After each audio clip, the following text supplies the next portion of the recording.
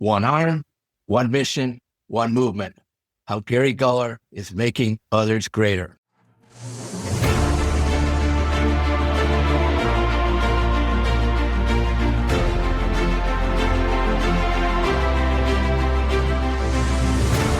Hi, everyone. I'm your host, John Kuntz, and today we're doing something a little different. Welcome to Boardroom Bound, the Disruptor special series for not-for-profit leadership, purpose, and giving back.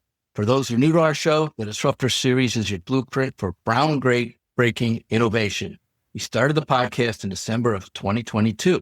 Our vision was to go beyond conventional wisdom by confronting the status quo and exposing the raw power of disruptive thinking. And today's guest embodies that spirit in every sense of the word. He's the first one-armed person to summit Mount Everest, a world record expedition leader, keynote speaker, author, and the founder of Make Others Greater, a 501c3 not-for-profit, delivering health, education, and hope to some of the most remote communities on the planet. He's also someone I'm proud to call a friend of 16 years, friendship that began over a couple of beers after his keynote speaker at an IBM sales kickoff meeting, ultimately inspiring me to trek in Nepal and visit Morocco. And we'll explore how one man's journey from the world's highest summit led to the creation of a movement that's transforming lives, and how the principles of servant leadership can make any organization or any person greater. This is Gary Guller's second time on the Disruptor podcast. Welcome back to the show, Gary. Hey, John. Yeah, nice to see you. Nice to be back. And even, I don't even know if you're aware, but 23 years ago at this almost exact time, I was climbing up pretty darn close to the summit of Everest with four of my closest Sherpa friends. And yeah, realizing that dream perhaps was about to come true. And in 23 years, it seemed like a blink. And then you said that we've known each other for 16. That was a quick 16 as well. So it's a pleasure to be here, and thanks for having me. And yeah, let's get on it. We've always kept in touch, and I've always been a fan of the stuff you've been doing, and it's very inspirational. Last time we talked, we chatted about more of your, I'll call it your motivational speaking and that kind of work. But today we're going to switch gears a little bit and talk more about the not-for-profits side of your life. But before we get started, you got an amazing backstory. And so just tell us a little bit about your background or education experiences. How did you get here? But just start anywhere you want. I'll tell you, it's been a freaking, if I can say that, it's been a freaking journey. I started climbing when I was a teenager, and I was one of my first job was basically an apprentice rock climbing guide under the wing of someone else with disadvantaged youth in North Carolina. And then that kind of expanded into sort of mountaineering. And then I moved back to Europe, and then from there over to Nepal. And I always say, once I first heard about the Himalayas and saw the photographs of the Himalayas and the early explorers, I always thought, oh my God, one day I want to actually hopefully just have the opportunity to just go to the country and visit. And of course, then the mountains started to pull me and started to learn more about the Himalayas. And I tell folks all the time, it's like the Himalayas and the mountains is what took me there. I think that's a pretty fair assessment. But I think more so it was the people that kept me going back again and again. And yeah, it's been a great journey, right? It hasn't always been this beautiful photograph like in a North Face or a Patagonia catalog by any stretch. There's bumps. There's been some very close calls. I think you mentioned I was in a terrible climbing accident when I was quite a young man, and that kind of reset me for a while. That was a difficult 4 or 5 years after that. And then I had somebody put their arms around me and say, Gary, look, if you still want to climb mountains, why don't you think about becoming the first guy with one arm to stand on the top of some of the world's highest peaks? And that kind of kicked me into gear, got me off of a bad patch that I was in, and started the whole journey again. And sometimes we have to start again and again. The same with nonprofits, the same with adventure, the same business. you have these moments of highs and then you have these moments of lows, but it's that continuum of just bouncing back and just believing in yourself, getting good support from other people, then believing in you and making things happen, making positive things happen. And generally speaking, I think over the years, when I've stayed consistent with that view, even during the darkest times, good people come out and the light shines and positive things can happen. It's been a journey. It's great to be here. And I could not be more excited. It's 23 years ago, this dream of standing on top of the world came true. And God, and I was laying in basically at the bottom of Orizaba in Mexico in 1986. At that point, there was, that dream was gone. And to make it truly happen and then make others greater over the years to what it is now, yet very small, but we're getting there and moving forward and doing good things in the world. Yeah, again, wanted to ramble on there, but it's been good, John. Thank you. So I have to jump in or pile on a little bit because it's something about mountains. I don't know what they are. I did most of my mountaineering out in the Sierra Nevadas and in Southern California, and growing up as a teenager and college student.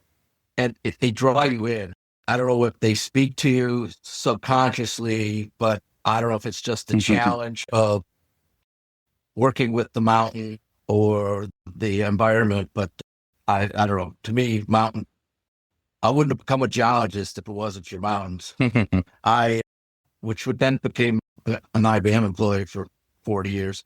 But I was out climbing. I didn't know what I wanted to do when I was in college, and I went up and I climbed Mount San Antonio, which is right outside of Claremont. It's only about a 10,000 foot mountain. And I'm up there one morning on a Saturday, not trying to sure what the heck I'm doing. And I'm sitting there meditating, and all of a sudden I'm looking around, and I was always wanting to be a math science guy. And I'm like, duh, I'm looking right at it. I'm looking at the rocks. I'm looking at the granite. I'm like, boom, I'm going to become a geologist. And so that's what I ended up pursuing as both undergrad and a graduate. But anyway, before we move on, do tell me though, you mentioned you were the first person with one arm to summit Mount Everest. But before you did that, you had an amazing experience that I think might have led to actually the vision of getting or creating or at least expanding Make Others Greater. So tell us about the expedition you led prior to your summiting of the mountain.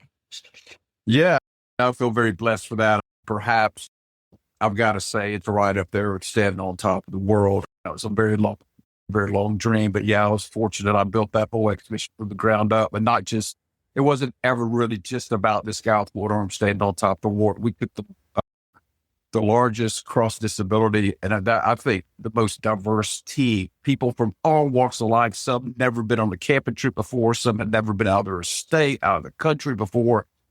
And with varying degrees of disabilities, from paraplegic, quadriplegic, hearing impaired, visually impaired, other amputees. I had a Sherpa with a missing right arm, another Sherpa with a missing left leg, both bitten by the cobra in the village. And in the village, when you get bitten by a cobra, it's a very quick amputation. There's no taking your time on that whole gig. So they're part of that as well. At any given moment, we had 300 or 400 local people working on behalf of this expedition. But that's when I just saw in a country as challenged, let's say, sometimes as Nepal is, the people came out and people joined the expedition and supported at various levels, from the climate Sherpa down to the head porter, down to the cook, down to the young kid of 8 years old that wanted to be part of what was going on to carry the grass that fed the yak. And my job as a leader was to allow them to really shine in the capacity that they were, or a part of the expedition, from the head climbing Sherpa to the person in charge of all the porters, to each individual porter themselves, even down to that 8-year-old kid that had probably the worst job of the whole expedition. All he had to do was carry grass, but he had to know that fundamentally he was so important to the success of this expedition, because if that grass didn't make it to the next camp, then our yak that was carrying loads as well couldn't eat. Therefore, the whole expedition's over. So it didn't take me long to figure out, hey, wake up 5 or 10 minutes a little bit earlier and go every few days and sit down with this young kid and maybe give him some hot chocolate, give him some tea, or maybe put $1 or $2 in his pocket and just kind of let him know that I appreciated him and what he was doing. But on that day, God, 23 years ago, what, 6 weeks prior, on this team fell down, walked, bled, hugged, cried, used a wheelchair, got out of the wheelchair at Mount Everest Base Camp. It was probably one of the most just beautiful memories of my entire life. Just imagine, just for a second, folks, a lot of people on this expedition have been told no their entire life, either from birth or after their injury. Just no, you can't. No, it's not possible. And we said, yes, together it is possible. We can do this together. And if we appreciate other, have some understanding, have some compassion, open up our minds, open up our ears, open up our hearts, then I think that is very possible. And many people thought, oh, this was just crazy, absolutely nuts. And fair enough, I've been called worse for sure, but we succeeded and we did extremely well. So that just kind of started the whole story. And to get really to the answer to your question, then when I was fortunate enough to stand on top of the world, it was near the day that Sir Edmund and Tenzing Norgay, 50 years prior, stood in the exact same spot. I mean, you got to remember, this was 2003. A lot has changed in the Himalayas, on Everest in particular, since then, right? But I'm there at the summit with 4 of my closest Sherpa friends who had never been on the summit of Mount Everest, the other 2 by different routes, and no one else. We had no one from Camp 4, no one all the way back to Camp 4 that we had to even engage with. It was just us on the mountain. The weather was pretty darn good. And when I eventually got down to base camp, thank goodness, and back to Kathmandu, there was a big celebration. It was this 50-year anniversary of the first ascent of Mount Everest, and Sir Edmund was there, and Tenzing Norgay's son was there, Reinhold Messner was there. There were just all these famous people that were there, and I was fortunate enough to be part of that because it was the year, of course. And there was a gentleman, a Sherpa, gave a small presentation toward the end of that ceremony, and he said that his father always told him it's okay to be successful, it's okay to have things in terms of some money and maybe a nice house, car, whatever. He said, but my father used to tell me if I could concentrate how I could think about others and make them feel better or make them greater, then I'm probably going to win in the world of just kindness. And that is how Make Others Greater, the idea got started. Those words, make others greater, from somebody that was sharing a story about what his father told him. And I never actually ever forgot that. A number of years later, we officially launched to makeothersgreater.org. Of course, that was the name I just had to go with. So yeah, it's been a journey, but we're 9, almost 10 years into it now. We started it from the ground up. We got through the pandemic. We have some good supporters. We're not huge. We're not fancy. 98% of any dollar we receive goes straight to source. I work with people. I work with partners that I have primarily in Nepal at the moment, but we're doing good and we're happy. We're looking forward to the coming years to expand more. Cool. Yeah. We want to get into that in a second. But I do, as a side note, there's a couple of great video clips that we included in our first podcast about your trek up to Everest Base Camp with the group. And of course, I think you wrote a book about it as well. And we will include those links in the show notes if anybody's interested in it. It is an amazing, compelling, and emotional story, just watching the 3-minute or so video clip that's out there. But anyway, so I'm taking it that was the pivotal moment that allowed you to say, hey, there's a need and it's really something I need to get involved in. Let me ask another question though. So let's switch. So that's great backstory. And we'll talk more about how we can help you grow your foundation and your not-for-profit and some of the direct needs. But I've done my due diligence on the not-for-profit side of your business, and you are correct. This is an organization that there's very little SG&A or overhead costs. Almost all the money goes directly. The nice thing about stuff like you're doing is $1 or a rupee goes a long way in Nepal. It does. A Starbucks cup of coffee here can buy a lot of stuff in Nepal, pencils, paper, shoes, coats, stuff like that. But anyway, let's talk about let's turn this back onto maybe the listening audience. So let's say, or whether someone's leading a company or sitting on a not-for-profit board or just simply looking to give back in a more meaningful way, what is the one mindset shift that you believe would change how they lead, they give, or just show up for others? And you've heard me say this before, John. To be very direct, get off the me train and get on the we train in terms of the people that you're doing business with, having the same goals, the same focus, trying to do the right thing, of course, for the organization, but for the world as well. And I've just found, and that's just been my belief, when you get a good group of people around you and you're all kind of thinking about the bigger picture, what can we accomplish together? What can we do together? How can we better understand how to figure out what the need is and work directly with folks, perhaps from my perspective, from Maker's perspective, in the country, find out what they need, go there and ask or send people that work with you to particular areas, say, hey, what do you guys really need? Not what we think you need from sitting over here in California or Oregon or New York or wherever.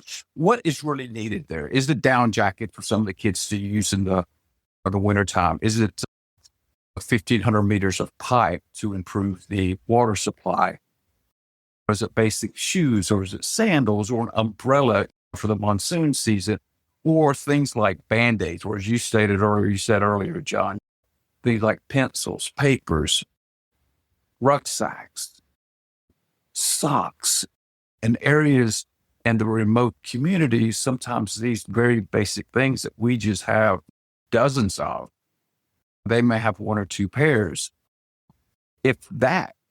So it's really just the communication. I think it's being open. I think it's getting on this sort of what we do together. What can we bring individually to a table to collectively really try to make a positive difference with whatever we're trying to achieve? So that's kind of how I go with it. It seems like it works. And I think the world probably, honestly, would be a lot better off if more people kind of started thinking that way. I agree 1,000%. One thing I noticed when I was in Nepal, first of all, the people are fantastic.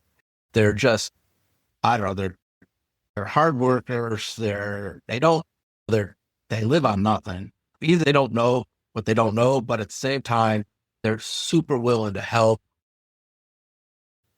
We were trekking on the Annapurna trek, and we'd go by a school. They invite us in. We go check it out. We give them $20 US. And so they were super appreciative. In the Sherpa community, our Sherpas were, man, there's that you could have a whole other discussion on Sherpas at some point in time. I think we actually did have a good discussion on that in our first show. But I agree. It's part of why I focused my disruptor theme more, pivoting it more. I'm trying to call what I call boardroom bound. That's an IBM. I spent 40 years there, roughly. I spent probably 36 years of it working with not-for-profits on boards and giving back to the community. And it was the IBM DNA. They said, you probably saw this because you did a lot of work for us on our keynotes and some of the public speaking that you did. Literally the third month of an employee, and I'm wet behind the ears, have no idea what I'm doing. I'm 26 years old. And they go, okay, so how you get involved in the community? We should get you involved in the board work. And that's, my DNA grew up around that. And now that I'm essentially retired from corporate, my goal is to really, same thing. How can we focus on the we's of the world and help people, even locally? Most of us have been pretty privileged growing up, and certainly IBM was very good to me. And now it's like, how can we get back? And it doesn't take a lot, as you just articulated. It doesn't. And I just want to point out one thing you said just about the people of Nepal, and I think in other parts of the world as well. I like to think that we're more alike around the world than we are different. I think there are people out there that want to point out the major differences more than I think they, personally speaking, I think that they should. I think we're more alike with just about anywhere I've traveled in the world. People just want to have a good life. They want to feed their family. They want to have people around the table at whatever level and just enjoy and have some peace and some harmony, right? But what you're saying about, especially about the Nepalese, what really drew me keep going back to Nepal was if you gave them 20 or if you gave them 5, if they believe that you're giving what you could from your heart, and then they took it, not necessarily the amount, they took it also in their heart. And I think that's what's just amazing. You're right. They're hardworking. They have to live in the present. Sometimes they're living just day by day, but they appreciate kindness and compassion and generosity. And if you show them your heart, they will definitely, they will show you theirs. And that's just, it makes me just tingle just thinking about it, because my God, right? If we could just do more of that in the world, just for a moment, if it's 5 seconds a day or 15 minutes a day, when you're out and about in public, when you're on the subway, when you're in the airplane, whatever, it doesn't take just a second to change somebody's attitude, perhaps, or feeling or emotion for the whole day, which then they then move that on to other people. Then all of a sudden, now you've got this force. It's just a good force that's moving around. That's such a great point. It's funny. I had the privilege last November to take a trip to Morocco, which I know you spent some time on that side of the world as well. And we took a trip out into the desert, and we spent a couple of hours with a nomad family. And it's the same thing. They live in tents and made out of camel hair, and there's no furniture. And they took us into I'll call it their living room tent, where they had a little fire, and they served us tea, and we sat down. We spent probably an hour with them or more. Their kids were there. They showed us their animals, and they all had the same thing. They just want to provide a good life for their family, give them basic shelter, food, and education. And and they were fantastic. They were so open. And here we are, a bunch of dumb Americans, and we sat on their in their little area, but it was good, and it was no different from the people we would meet in the little tea houses up in the mountains in Nepal as well. So anyway, yeah, it's just kind of just go with you on that for a second. It is.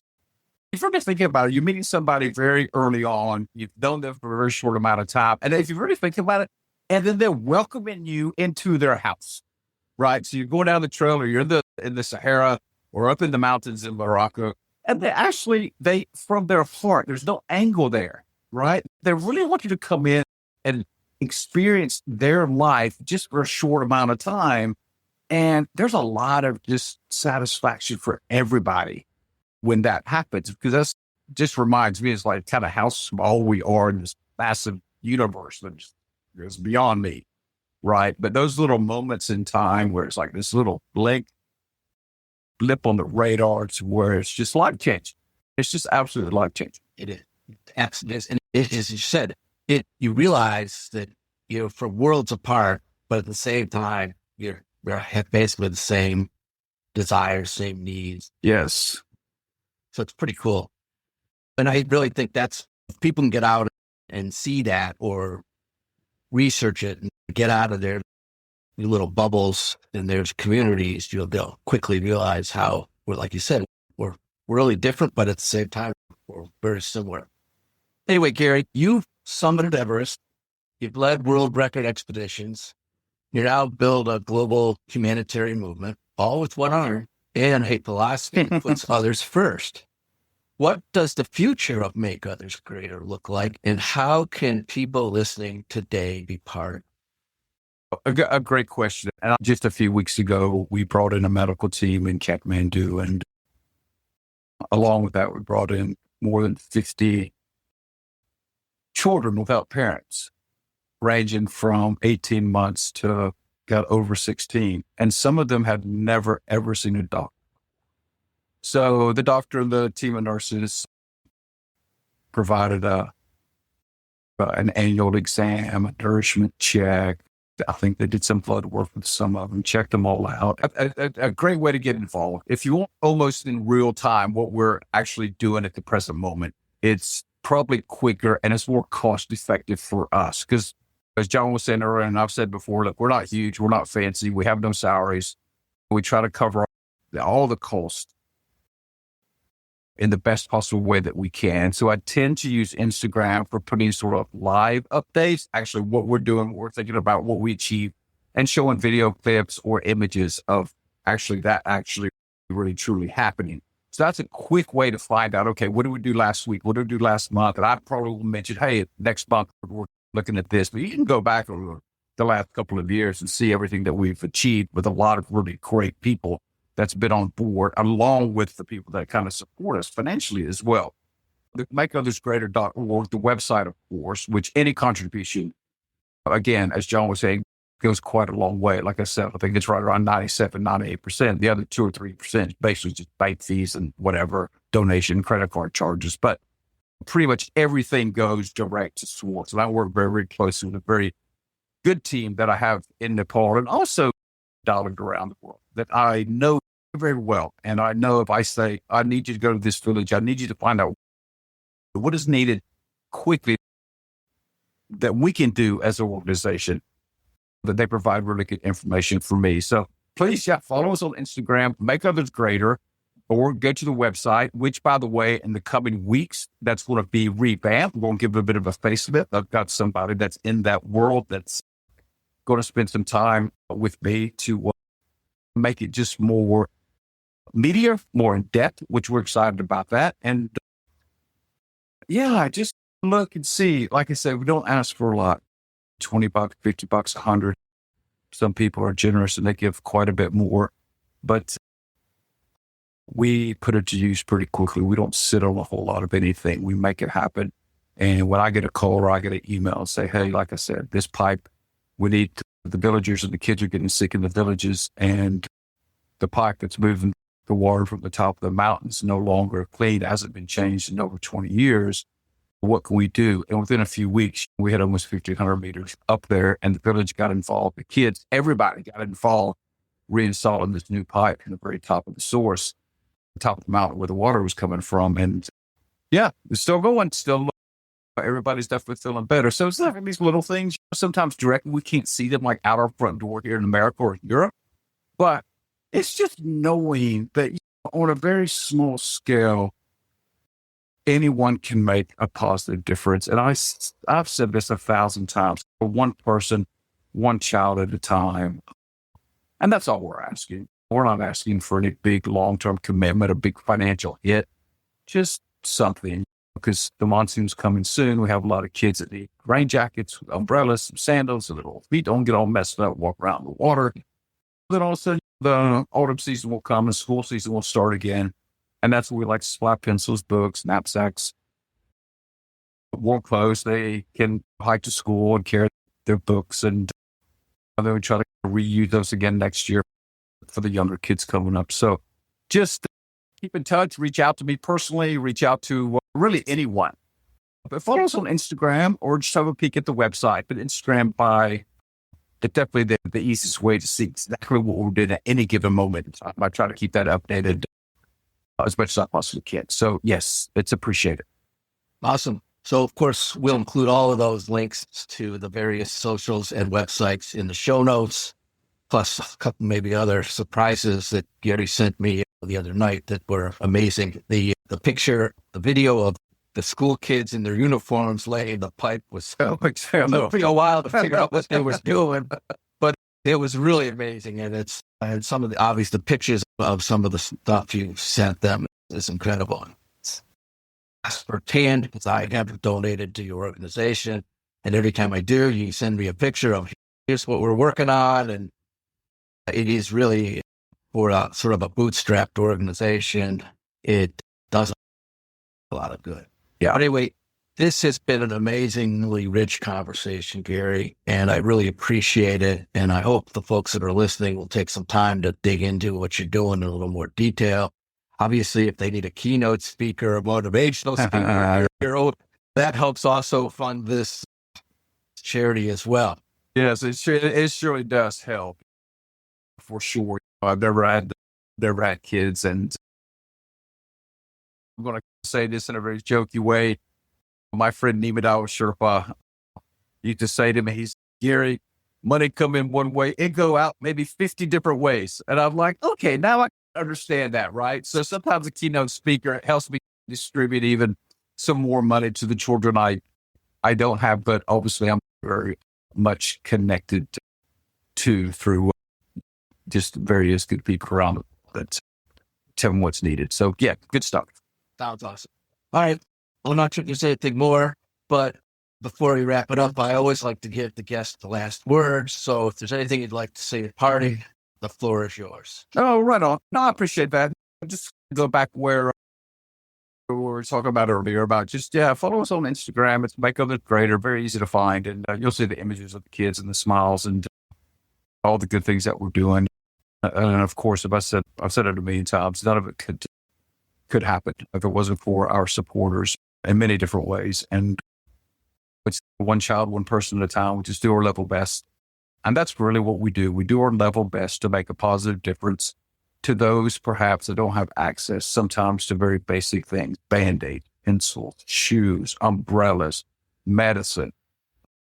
We just do our level best, and any support that you can move in our direction would be greatly appreciated. So yeah, again, I appreciate it, John. I appreciate everyone listening, and hopefully we'll see you around. It's always great to talk to you, bud. And we'll keep this discussion going. Anyway, so again, I'm John Kuntz. Thanks for joining us in this boardroom bound edition of the Disruptor podcast. Have a great day.